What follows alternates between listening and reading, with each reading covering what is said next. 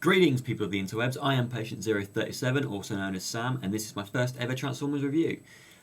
Just a brief introduction for you. My reviews are going to be a little bit different from other reviews you've seen on YouTube.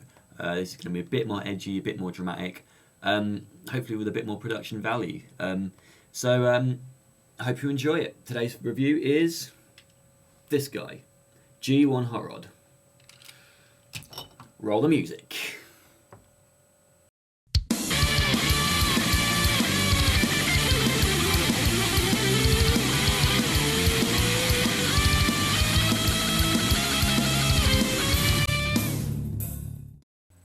Hot Rod was originally created in 1986 as one of the new crop of Autobots who popped up to relieve American children's housewife mothers of their husbands' hard-earned cash. Well, being the 80s, they'd probably only spend it on blow and hard liquor anyway. Hot Rod was introduced as the glorified babysitter to Daniel, the retarded son of Spike Witwicky. In those days, Hot Rod was quite content to spend his days fishing and firing his blasters wildly into the sky. After the death of Optimus Prime, which was kinda his fault, and the Autobot escape, he finds himself marooned with the cranky Autobot grandfather Cup, and through a series of different events leading up to him inside the giant Unicron fistfighting Galvatron himself, proves himself and becomes the new Autobot leader, Rodimus Prime. This leads him to become a whiny bitch who struggles and complains about his new leadership role. With the highly implausible resurrection of Optimus Prime, he finds himself as Hot Rod again, but because he's so special, finds himself the host of his very own Target Master weapon. Now I know what you're thinking. Judging from my comments on my little film back there, you think I don't like this character.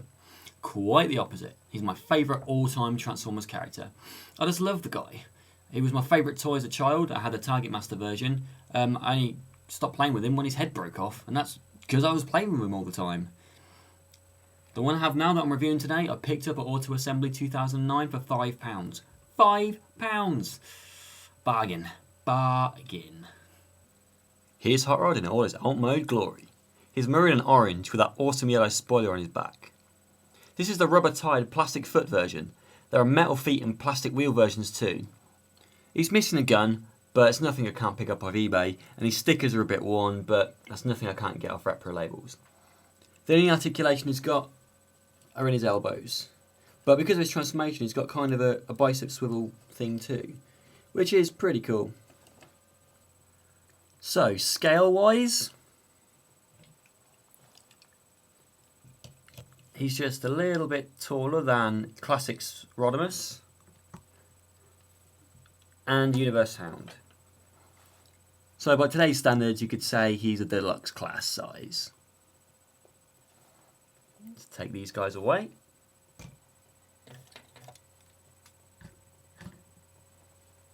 And on to the transformation.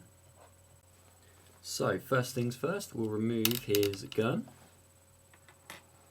Then, spin him round. Rotate his backpack spoiler section round to the back like that. Next, we're going to unclip his chest from his waist piece here. And then unclip his head. Then we're going to lift that all over so the bottom of his head goes over this yellow bar. Rotate that inwards and then clip that back. Then rotate his arms outwards with them being straight. And then with his waist piece rotated, just clip his arms into place like so. Rotate his waist piece back. Then rotate his feet inwards and slide his legs up. And there he is in vehicle mode.